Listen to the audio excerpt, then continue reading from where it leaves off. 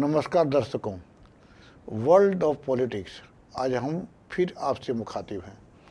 आज का हमारा विषय है कल पटना हाई कोर्ट के चीफ जस्टिस द्वारा दिया गया आदेश, जिस आदेश में कहा गया है कि आज से लगभग 8 महीना पहले 9 नवंबर 2023 को नीतीश सरकार और तेजस्वी की सरकार द्वारा जो आरक्षण में वृद्धि की गई थी 50% से बढ़ाकर जो 65% कर दिया गया था, कल पटना हाई कोर्ट ने अपने आदेश में नीतीश सरकार के इस आदेश को रद्द कर दिया है।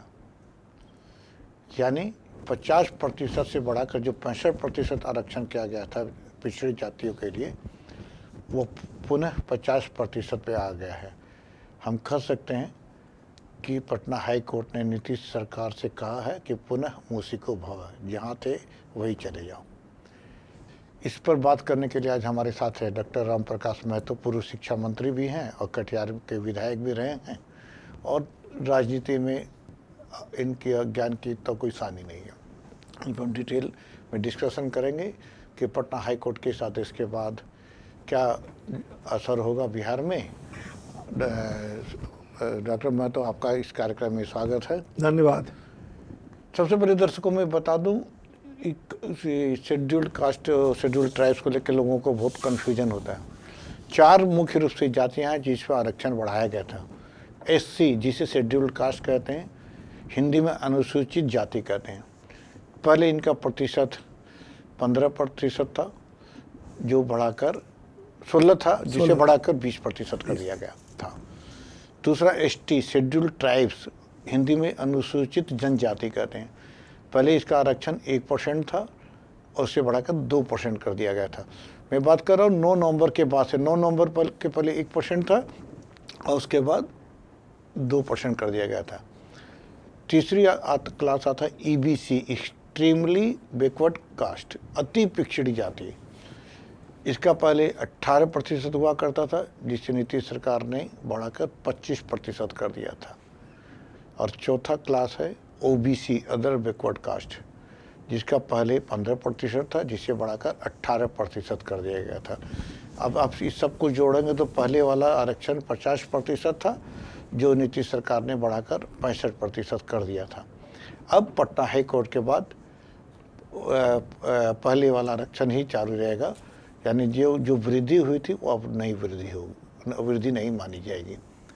पटना हाई कोर्ट के बाद नीतीश सरकार सुप्रीम कोर्ट इस फैसले के खिलाफ जाती है या नहीं, या राष्ट्रीय जनता दल जाएगा, इन सब पे हम बात करेंगे डॉक्टर महतो से। सबसे पहले तो महतो जी, आप ये बताएं कि आखिर ऐसा आपको क्यों लगता है कि पटना हाई कोर्ट ने नीतीश सरकार के इस फैसले को रद्द क्यों कर दिया? क्या कारण हो सकता है? नहीं, शुरू से ही हम तो ललित जी आपका ध्यान आकृष्ट करना चाहेंगे कि जब से ये शुरू से ही आदरणीय लालू यादव जी चाहते थे कि बिहार में जाति आधारित जनगणना हो। भारत सरकार पर भी दबाव डाला गया, लेकिन भारत सरकार तैयार नहीं हुई। बाद में जब नीतीश जी मुख्यमंत्री थे और तेजस्वी जी उप मुख्यमंत्री थे, तो तमाम उप मुख्यमंत्री तेजस्वी जी ने नीतीश जी को पत्र लिखा, और तब नीतीश जी और तेजस्वी जी एक शिष्टमंडल लेकर प्रधानमंत्री से मिलने गए कि जाति आधारित जनगणना कराइए। लेकिन नरेंद्र मोदी जी जो भारत के प्रधानमंत्री, उन्होंने आउटराइट रिजेक्ट कर दिया कि भारत सरकार के एजेंडा में जाति आधारित जनगणना नहीं है। तब यहाँ तमाम तेजस्वी के नेतृत्व में आदरणीय लालू जी ने भी कई बार रिक्वेस्ट किया नीतीश जी से, और तब नीतीश जी की सरकार ने ये समझ लीजिए 22 से शुरू हुआ और 2 साल में देखिए सब हो गया। नीतीश जी तब मान गए कि जाति आधारित, चूंकि जनगणना शब्द से कुछ लोगों को आपत्ति थी, तो कहा कि नहीं ठीक है, हम सर्वे बिहार सरकार सर्वे करा लेगा जाति। और जब सर्वे हुआ, सर्वे के बीच में भी कुछ लोग हाईकोर्ट गए थे, तो हाईकोर्ट ने कुछ दिन रोका था, फिर बाद में उसको जारी कर दिया कि कीजिए। कई फेज में अप्रैल से शुरू हुआ और बाद में ये पूरा हुआ, यानी इसका और 215 जातियों का सर्वे हुआ, जिसमें OBC विशेष SC ST की जो आबादी है वो तो पहले की तुलना में बढ़ी ही है, लेकिन OBC में भी दिया गया कि 63% से ज्यादा हम 27 OBC और 36 एक्सट्रीमली 20 बैकवर्ड कास्ट, तो नतीजा हुआ 63.2% हुआ, और SC/ST मिला के हम 85 से एबव है, 85% जी। अब 15% में सामान्य जो जाति है, ठीक है। अब उसके बाद इतना ही भर नहीं रुके, तेजस्वी जी के अनुरोध पर नीतीश जी और तेजस्वी जी के कैबिनेट से निर्णय हुआ कि हम लोग पूरे राज्य में सभी लोगों का, जिसमें EBC OBC जनरल, सबका आर्थिक रूप से संरक्षण का। हालांकि ये 65 जो हुआ है, 50 में 10% आपने बढ़ाया था ना 2019 में, यही माननीय नरेंद्र मोदी जी, संविधान में कोई व्यवस्था नहीं थी, उसके बावजूद तुरंत 8 जनवरी को 103वां संशोधन लागू हुआ, 9 जनवरी को पारित हुआ, 12 जनवरी तक राष्ट्रपति ने भी साइन ऑन करके EWS इकोनॉमिकली वीकर सेक्शन, जिसमें सामान्य जो आर्थिक रूप से कमजोर वर्ग थे उनको, तो हम लोगों ने कहीं उसका कोई विरोध नहीं किया। ठीक है भाई, उसमें भी जो गरीब लोग हैं उसको फायदा मिले, उसको लाभ मिल जाए, वो आगे आ जाए। सही में उसकी आर्थिक स्थिति गड़बड़ है। लेकिन मेरा सवाल ये है कि बिहार में तो 50 से बढ़ा के 65% हुआ था, जिसे हाई कोर्ट ने रद्द कर दिया। लेकिन तमिलनाडु में 69% पहले से आरक्षण चल रहा है, सिक्किम में तो 85% चल रहा है, राजस्थान में 64% चल रहा है, लक्षद्वीप में तो पूरा का पूरा 100% आरक्षण है। तो बिहार में क्यों नहीं हो सकता? यही हमारा माननीय सर्वोच्च न्यायालय में हम लोग जाने के लिए तैयार हैं। अगर अब नीतीश जी की प्रतिष्ठा दांव पर है, चूंकि नीतीश जी फिर पलट के आ गए हैं बीजेपी के साथ, और बीजेपी की शुरू से मंशा ये RSS और बीजेपी के लोग समय समय पर बोलते रहे हैं कि हम आरक्षण सही नहीं है, हिंदू समाज बढ़ जाता है, जाति आधार पर हम बढ़ जाते हैं। कभी कहते हैं कि आरक्षण में सुधार कीजिए, कभी कहते हैं आरक्षण पर समीक्षा होगी। तो ये इनकी मंशा हम लोग को मालूम है, और ये हम, हालांकि न्यायपालिका के प्रति मेरा कोई पूरा सम्मान है, न्यायपालिका के निर्णय का, लेकिन तब किस वजह से सिक्किम जहां केंद्र, ये लक्षद्वीप जहां केंद्र शासित प्रदेश है, वह 100% ST के लिए है। तमिलनाडु का तो पेरियार रामास्वामी के समय से लोग लड़ रहे हैं, और वहां 69% है, और 64% राजस्थान में है, कई दिल्ली में है, कई राज्यों में 54, 51 कई राज्यों में है। तो यहाँ क्या दिक्कत हो गई? तो आपको क्या, यही मेरा सवाल भी है कि आपको क्या लगता है कि पटना हाई कोर्ट के साथ क्या लगा कि दूसरे राज्य में हो सकता है, यहाँ क्यों नहीं हो सकता? हम लोगों का सीधा है कि जब यहाँ जो स्थिति बन रही है देश में कि न्यायपालिका भी को भी प्रभावित किया जा रहा है, यही सर्वोच्च न्यायालय ने किसी मामले में, ADR के मामले में सर्वोच्च न्यायालय ने निर्णय दिया था कि चुनाव आयोग जो है चुनाव इलेक्शन कमिश्नर नियुक्त करेगा, उसके लिए कमेटी बना दी थी कि प्रधानमंत्री रहेंगे, उसमें नेता विरोधी रहेगा, और CJI स्वयं रहेंगे, हुएवर में भी जो जिस वक्त CJI रहेंगे वो रहे। लेकिन उसको इन्होंने एक्ट बना के, कानून बना के वो निरस्त कर दिया, और खुद प्रधानमंत्री द्वारा मनोनीत कोई वरीय केंद्रीय मंत्री और नेता। तो 2-3 में 2:1 में क्या होगा?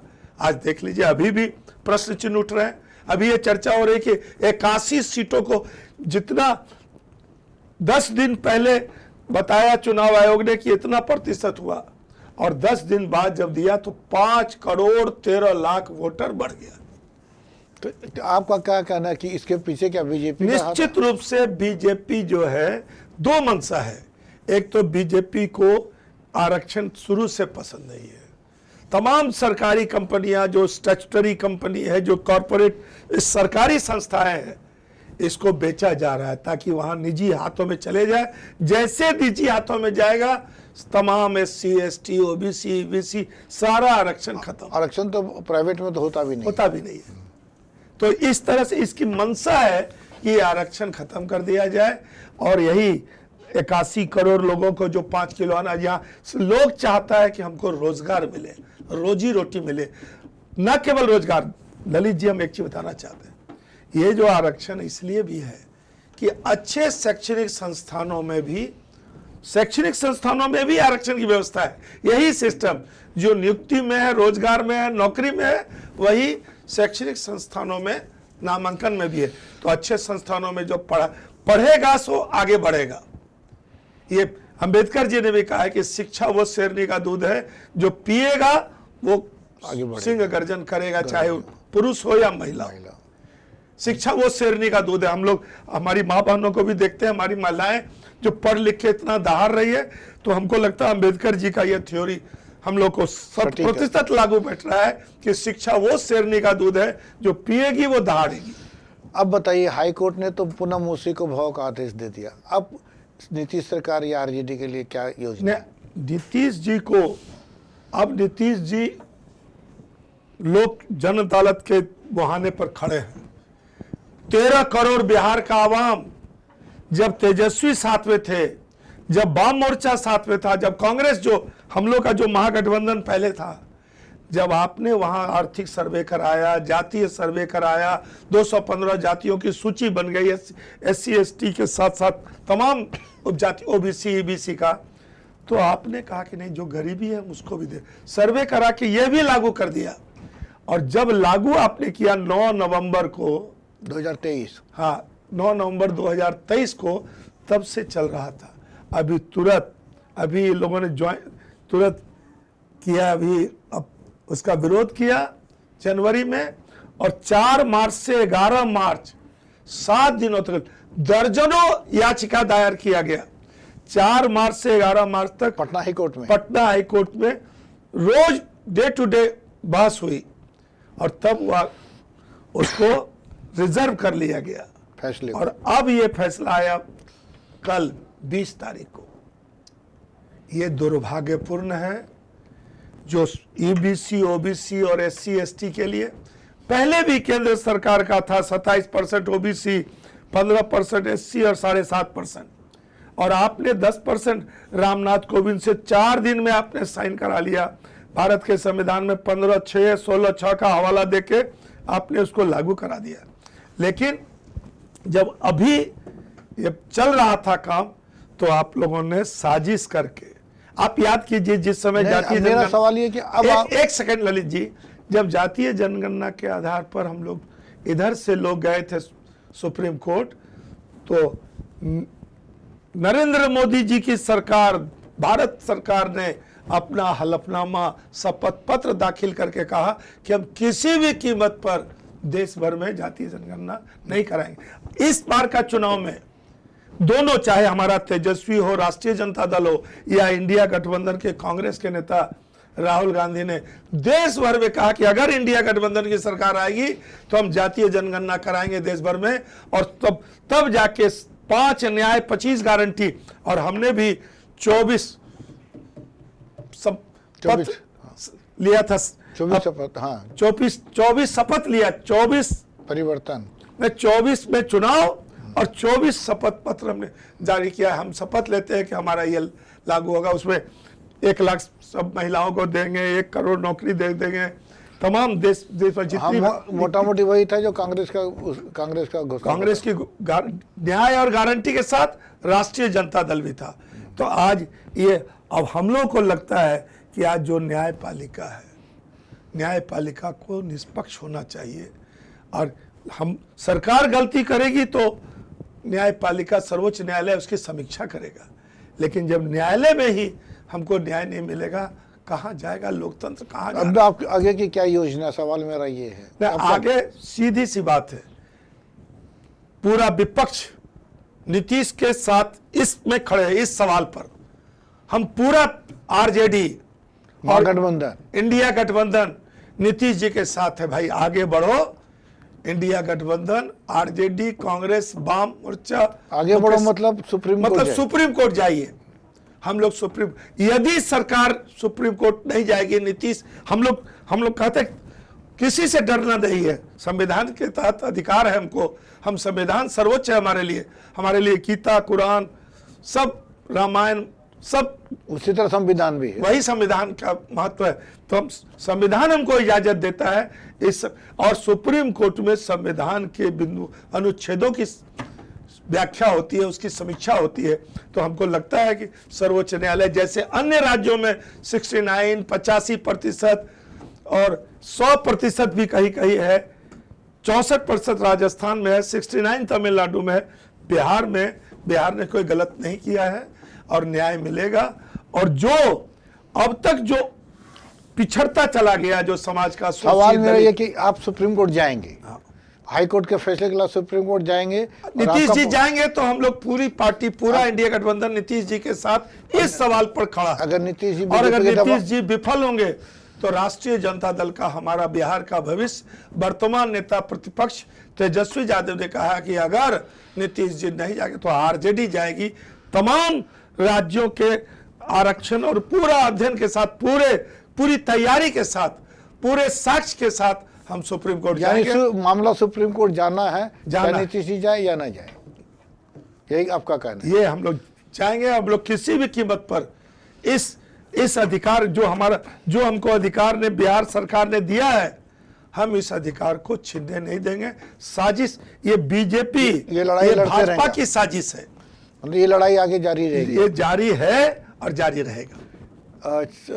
मतलब जी आप शिक्षा मंत्री भी रहे, तो एक सवाल, आजकल पूरे देश में सबसे जो चर्चित मामला है National Eligibility cum Entrance Test, NEET का जो घोटाला चल रहा है और 24 लाख बच्चों का कैरियर दांव पे है, प्रश्न पत्र लीक का मामला है, तो इस पे आपका क्या कहना है कि इसमें क्या होना चाहिए? एंट्रेंस दोबारा होना चाहिए?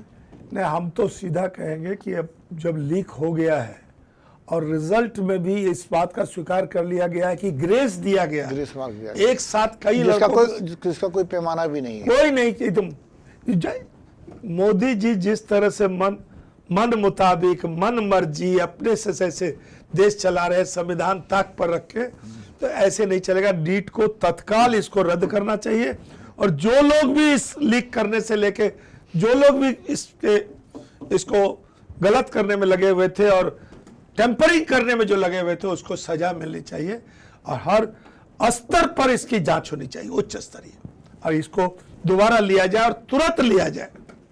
चलिए महतो जी, आप आए हमारे इस कार्यक्रम में। आपने पटना हाई कोर्ट का आदेश जो जाति आरक्षण, एक चीज उसमें केवल हम जोड़ना चाहते हैं कि अब नीतीश जी आप तो डबल इंजन में माननीय नरेंद्र मोदी जी के साथ हैं और उनकी सरकार के आप लोग बैसाखी हैं।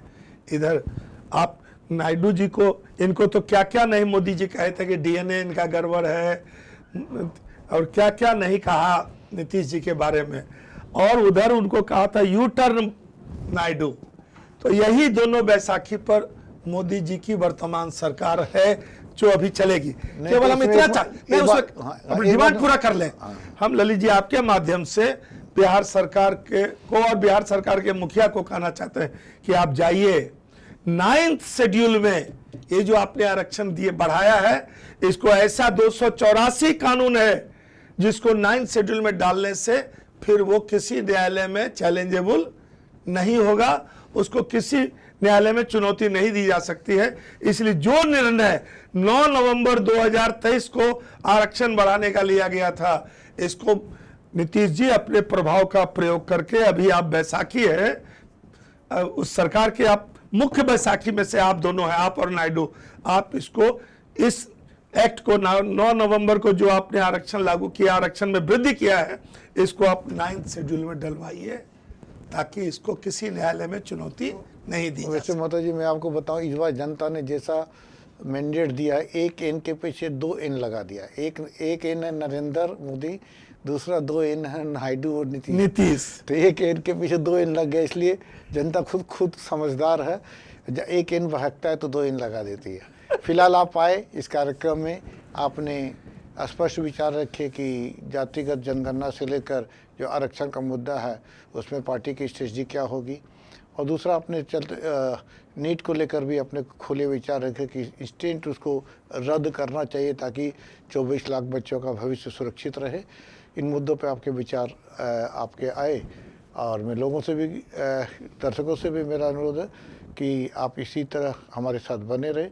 वर्ल्ड ऑफ पॉलिटिक्स में हम ऐसे ही मुद्दों पर लेकर आपके सामने आते रहेंगे। धन्यवाद। और आपको आपके सामने अपने विचार रखते रहेंगे। धन्यवाद। शब्बा खैर, गुड बाय। ठीक।